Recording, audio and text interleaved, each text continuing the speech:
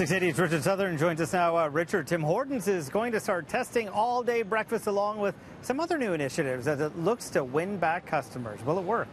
Yeah, well, it's been working for McDonald's, it's been working for A&W and for Starbucks, so it probably was expected that Tim Hortons would eventually get into the all-day brekkie game. Francis, they're going to start testing it out, not in Toronto, though, in some Brampton and Hamilton stores before perhaps rolling it out across the country.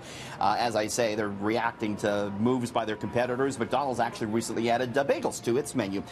Get this, Tim Hortons says all-day breakfast will allow you to buy any version of their breakfast sandwich on donuts, so the donuts would replace the buns if you really want to go crazy, Francis. Really?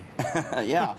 What's more, they're going to test a loyalty program, something we never thought we'd see from Tim Hortons with lineups out the door. They're going to test a kids menu, and they're going to get into the delivery game. We're not sure how they're going to do that, whether or not they're going to team up with Uber Eats or not, but a lot of new initiatives here to try and win back some customers. There's been a lot of bickering between the Tim Hortons head office and the franchise owners. They're hoping this will try and smooth everything over. And sounds like a gimmick, too, with the whole donut, sandwich thing, I guess. Get people in to try it and talk about it, right? I'd give it a go. I'll tell you that much. I know you would. Honey Cruller. Yes, sign me up with a Honey Cruller breakfast sandwich, please. The CP rail strike didn't last very long, did it, Richard? Less than 16 hours, actually, Francis. It is now over, just as quick as it began. The CP trains will start running tomorrow morning at 6 a.m.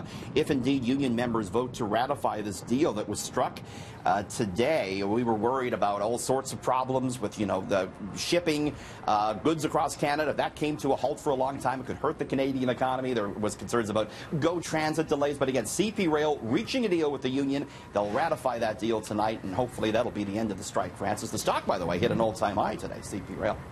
Ever since the announcement of that BMO and the CIBC Simply breach, we've been getting people writing into our newsroom saying, yeah, they lost money, but eventually they got it back after a couple weeks. Do you have an update on what's going on with the investigation? I do. We've heard from both CIBC and Simply. This is what Simply had to say in a tweet today. They say, we are reaching out to our clients who have been affected to offer support. Simply is extending free credit monitoring to impacted clients. We're committed to returning 100% of any money lost from affected accounts as a result of this. Simply goes on to say that it has a dedicated team working on it and that it wants to make it right. I mean, I've talked to people too, Francis, that have had, almost $3,000 taken out of their Simply account. This is a big issue. Bank of Montreal says it too is offering free credit monitoring and that it's working to correct this issue. Not good for these banks, but the stock prices haven't been affected. Bank of Montreal actually reported better than expected earnings today, and its shares went up. And lots of questions about how it could have even happened. How? Still. It might have been a phishing attack we're hearing about, and there was a ransom asked by the perpetrators.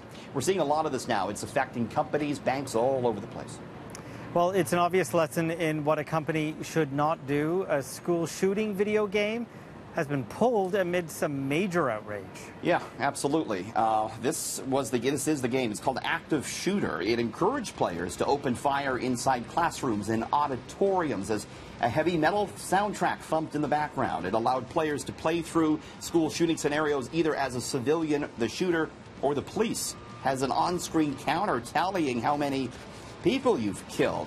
Was set to come out in a week, but there was a big petition in the States, more than 100,000 signatures, and video game platform Steam says, no, we are dropping this one. Of course, there's been 23 school shootings in the United States this year so far alone, Francis. So you got to shake your head at that, right? Who even thinks that's a good idea? I mean, I don't believe that video games cause violence, but that's just not tasteful in the environment we're in right now. Absolutely not.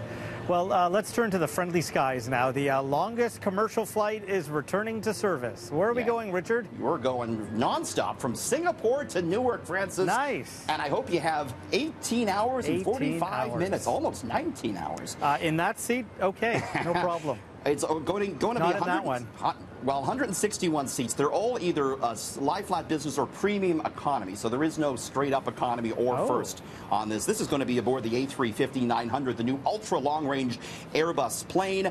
Going to take flight in the fall. Get this. This is the route, Francis. You go north out of Singapore, across the Gulf of Thailand and Cambodia, fly over Laos before bisecting China, Mongolia, and Russia. It then crosses the Arctic, very close to the North Pole, brushes the northwest corner of Greenland before flying over Baffin Island, the province of Quebec, flies midway between Ottawa and Montreal before flying over New York State and touching down in Newark. Whew. That's a long trip. So wait, all right. it's 2 rights and 1 left? I lost track there. Straight north over the pole, up one ways, down the other. Very cool. Very cool.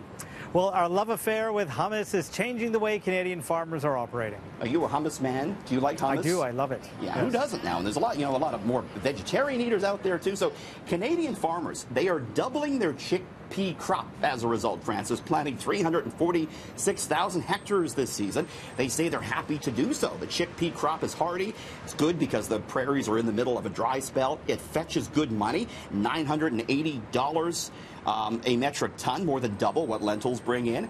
And yeah, our insatiable demand for hummus and for other vegetarian staples, many of which contain chickpea, is driving this. U.S. farmers poised to plant a record amount of chickpeas this year. Fantastic. Thank you, Richard. See you tomorrow. Here's Amanda Ferguson.